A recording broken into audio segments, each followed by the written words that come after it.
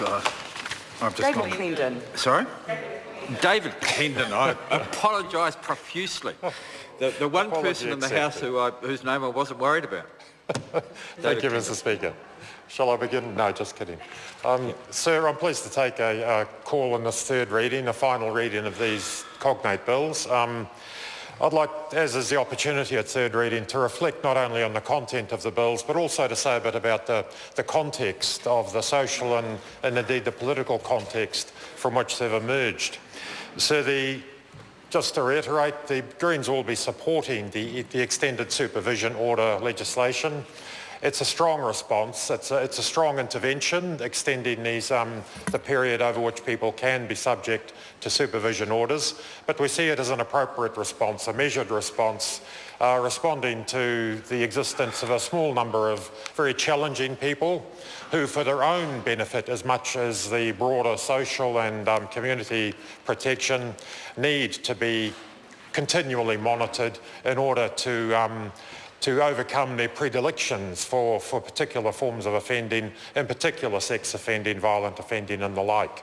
So while we acknowledge that is a very strong intervention, it's an appropriate one. The public protection order, we believe, goes too far. We think it's excessive. We think it unwarranted.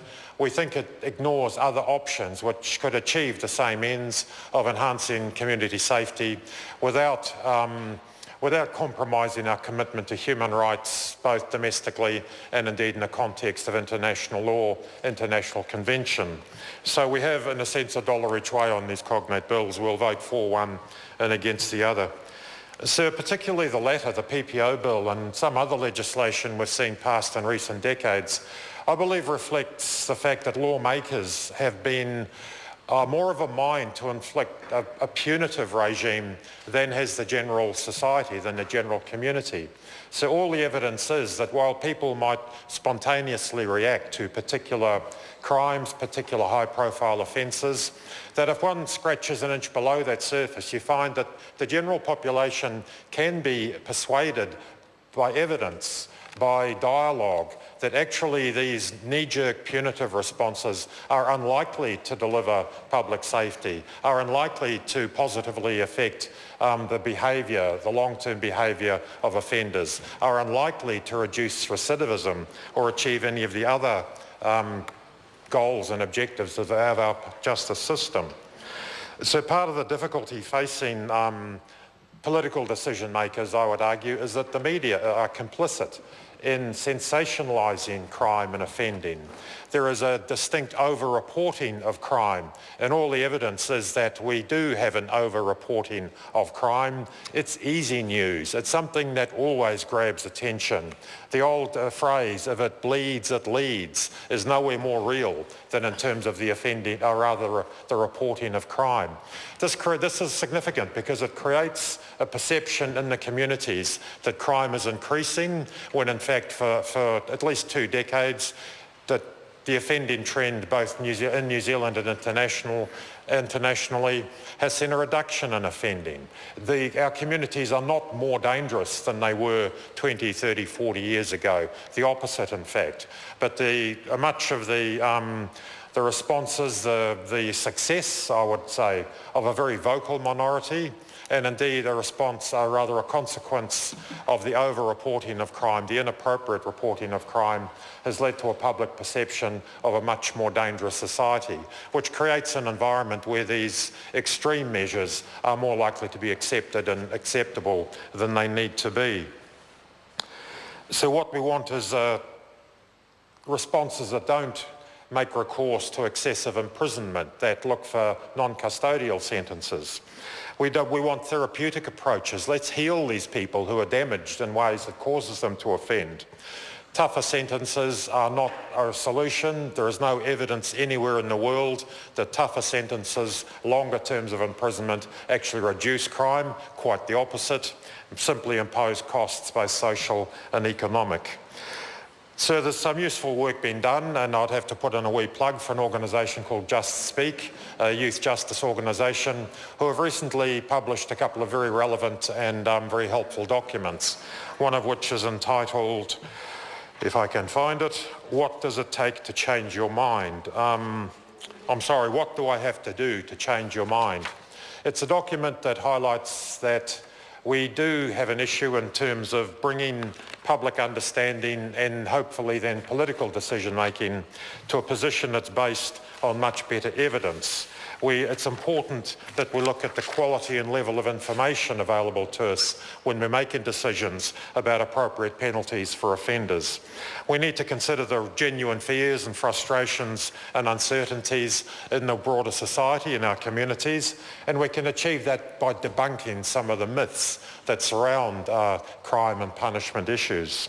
And ultimately, we need to engage and encourage ourselves, political decision makers, to rely more heavily on evidence, to consider more cross-party agreements, multi-party approaches, take some of the political risk out of looking at positive alternatives rather than the old and failed knee-jerk punitive strategies. So, sir, I would hope that some of the alternative methods are actually considered and applied much more in our legislation and our decision making over time. So to speak more specifically to these bills, the ESO bill, as I've said, we do support.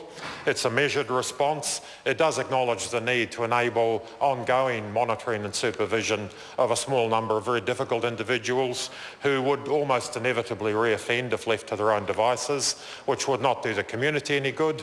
Clearly it would victimise individuals and ultimately would not be a good thing for those offenders. It is better to enable them to live as near as possible a normal life outside of prison, outside of detention, but at the same time ensuring that they no longer offend. As I said, sir, our opposition to the public protection orders is that it does go too far. And we've heard this constant litany that the public protection orders do not impose punishment. And I reject that, sir. It just doesn't stand up. My concise Oxford Dictionary gives me a definition of the verb to punish, which is to cause an offender to suffer, to chastise, to inflict penalty for offence. And I won't reiterate, but in an earlier reading this week, the previous reading, I worked through some of the provisions of the bill and the extent to which people who are subject to them will be denied their liberty, denied freedom of association, denied everyday access to communications, telephones, internet and so on, have very limited access to news media. Any of their correspondence, be it personal or otherwise, will be censored with a few exceptions.